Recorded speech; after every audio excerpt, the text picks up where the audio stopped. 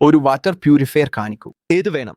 RO തരൂ. ROയിൽ ഏത് വേണം? ഏതെങ്കിലും നല്ലതൊന്ന് തരൂ. RO ഉണ്ട്. RO പ്ലസ് UV ഉണ്ട്. RO plus UV plus UF ഉണ്ട്. RO UV UF കൂടെ ആൽക്കലൈൻ ഫീച്ചർ ഉണ്ട്. ടീച്ചേഴ്സ് അഡ്ജസ്റ്ററും ഉണ്ട്. RO plus UV plus UF plus alkaline plus copper കൂടി തരാം. 5 സ്റ്റേജ് ഫിൽട്രേഷനും ഉണ്ട്. 10 സ്റ്റേജും ഉണ്ട്. 12 ഉണ്ട്. നിങ്ങൾ പറയൂ, നിങ്ങൾക്ക് ഏത് വേണം? നിങ്ങളും ഇവരെ പോലെ തന്നെ ആശങ്കയിലാണോ? അതെ. വെരി നോട്ട്, ഞാൻ സഹായിക്കാം. ഹായ് ഗൈസ്, ഞാൻ രാഘവാണ്, വാട്ടറിന്റെ സ്ഥാപകനാണ്. ഇന്ന് നമ്മൾ നിങ്ങളുടെയും നിങ്ങളുടെ കുടുംബത്തിനും ഏറ്റവും അനുയോജ്യമായ വാട്ടർ പ്യൂരിഫയർ എങ്ങനെ തിരഞ്ഞെടുക്കാം എന്നതിനെക്കുറിച്ച് സംസാരിക്കാനാണ് പോകുന്നത്. അപ്പോൾ തുടങ്ങാം.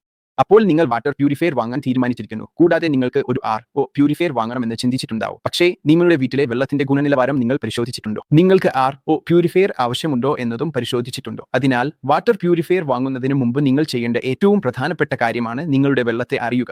നിങ്ങളുടെ വെള്ളം എവിടെ നിന്നാണ് വരുന്നത് എന്ന് നിങ്ങൾ അറിയണം. അത് ബോർവെൽ വെള്ളമാണോ, ടാങ്കർ വെള്ളമാണോ, മുനിസിപ്പൽ വെള്ളമാണോ, തുറന്ന ഉറവയിലേതാണോ, അല്ലെങ്കിൽ ഇവയൊക്കെ ചേർന്നു കലർന്നതാണോ എന്നതോ. രണ്ടാമതായി നിങ്ങളുടെ വെള്ളത്തിന്റെ TDS പരിശോധിക്കേണ്ടതുണ്ട്.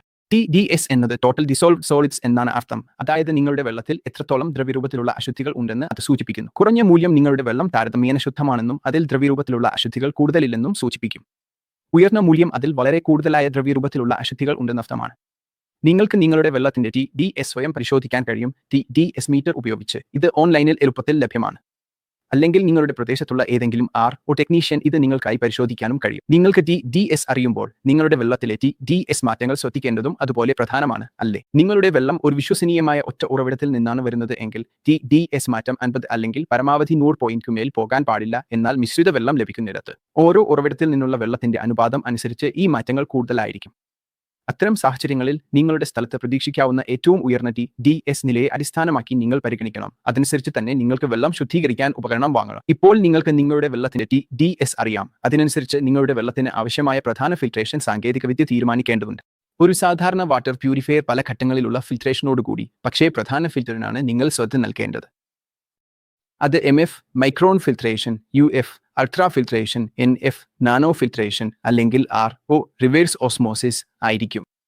ഈ ഫിൽറ്ററുകളിൽ കുറഞ്ഞത് ഒന്ന് എങ്കിലും നിങ്ങളുടെ പ്യൂരിഫയറിൽ ഉണ്ടെന്ന് നിങ്ങൾ ഉറപ്പാക്കണം. ഇപ്പോൾ WHO ശുപാർശ ചെയ്യുന്നത് കുടിവെള്ളത്തിന്റെ TDS 100-ൽ നിന്ന് 3000 വരെ ആയിരിക്കണം എന്നാണ്. നിങ്ങളുടെ വെള്ളം മുനിസിപ്പൽ സോഴ്സിൽ നിന്ന് വരുന്നതും TDS 200-ൽ താഴെയാണെങ്കിൽ നിങ്ങൾ UF പ്യൂരിഫയർ ഉപയോഗിക്കുന്നത് പരിഗണിക്കണം.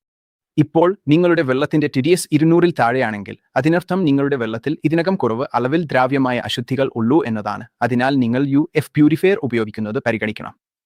ഇത് വെള്ളത്തിൽ നിന്ന് എല്ലാം നീക്കം ചെയ്യും, പക്ഷേ നിങ്ങളുടെ വെള്ളത്തിന്റെ TDS കുറയ്ക്കില്ല. ഇത് നിങ്ങളുടെ TDS WHO ശുപാർശ ചെയ്ത പരിധിയിൽ നിലനിൽക്കുമെന്ന് ഉറപ്പാക്കും. ഗുണം: UF പ്യൂരിഫയർ വെള്ളം കളയുന്നില്ല. ഇപ്പോൾ നിങ്ങളുടെ വെള്ളത്തിന്റെ TDS 200-ൽ കൂടുതലാണെങ്കിൽ അത്തരം സാഹചര്യത്തിൽ RO ആണ് ശരിയായ തിരഞ്ഞെടുപ്പ്, പക്ഷേ ആവശ്യമില്ല.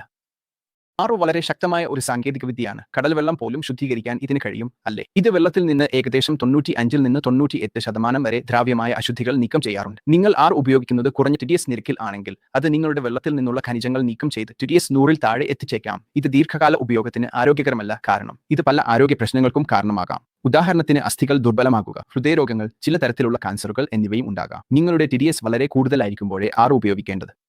സാധാരണയായി കുറഞ്ഞത് 1000, 200 അതിലധികമോ TDS ഉള്ളപ്പോൾ മാത്രമേ RO ഉപയോഗിക്കാൻ ഉചിതമായിരിക്കൂ. അതിനാൽ TDS 200 മുതൽ 1200 വരെ ആണെങ്കിൽ നിങ്ങൾ നാനോ ഫിൽട്രേഷൻ അടിസ്ഥാനമാക്കിയുള്ള പ്യൂരിഫയർ ഉപയോഗിക്കുന്നത് പരിഗണിക്കണം.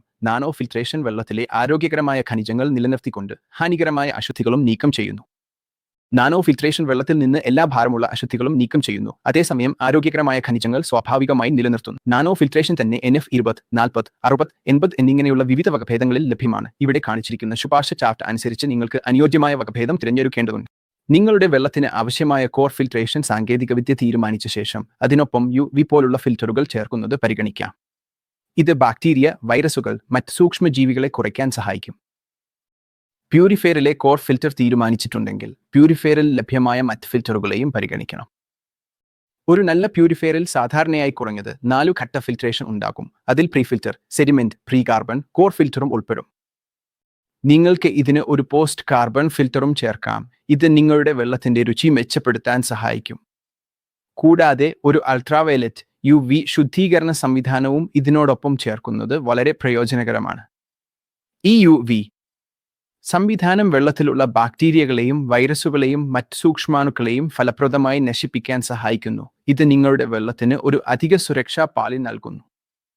അതിനാൽ ഈ സംയോജിത ശുദ്ധീകരണ പ്രക്രിയയിലൂടെ നിങ്ങൾക്ക് ഏറ്റവും ശുദ്ധവും സുരക്ഷിതവുമായ കുടിവെള്ളം ഉറപ്പാക്കാൻ സാധിക്കും. നിങ്ങൾ